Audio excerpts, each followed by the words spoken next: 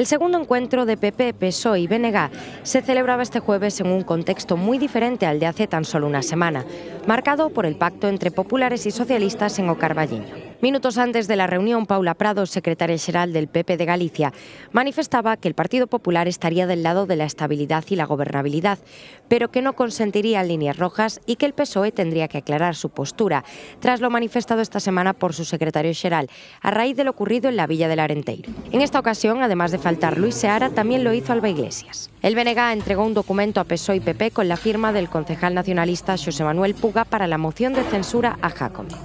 En el acuerdo hay un espacio en blanco para designar al candidato, que sería socialista.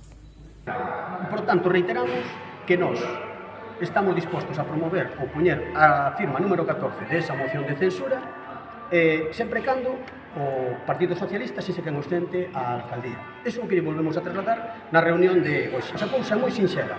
Moción de censura, 14 sinaturas e candidato alternativo. Por tanto, o que lle aclaramos é que nós non volvemos a ninguna outra reunión hasta que se faga o que nos lle trasladamos ao grupo do Partido Socialista e do Partido Popular, que foi isto que despois vos deixamos e abordamos, que é unha proposta absolutamente respetuosa con todo o mundo, aséptica, no que deixamos en riba da mesa os motivos por os cales Gonzalo Pérez Jácome é censurable.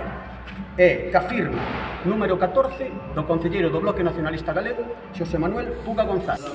Socialistas y populares salían más tarde de la reunión tras continuar con las deliberaciones e hicieron una comparecencia conjunta. Lamentaban que el BNG empiece la casa por el tejado y le piden que antes se comprometa a firmar un programa conjunto de medidas.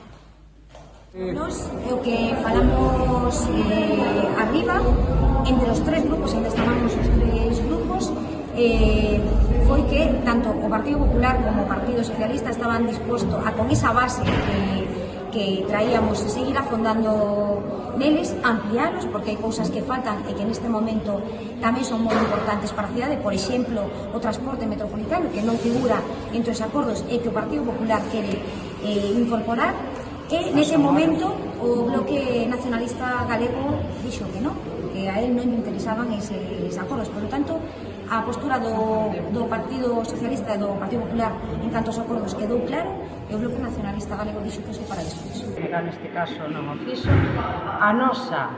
O noso paso adiante para liderar esa alternativa de goberno, o que ten que manifestar o Bloque Nacionalista Galego, que non o manifestou así na reunión, é se está disposto a comprometerse ca cidade e independentemente de que goberne ou non outra formación política, está comprometido con sacar adiante a cidade e apoiar todos esos compromisos independentemente de que goberne, porque senón eso non teria sentido.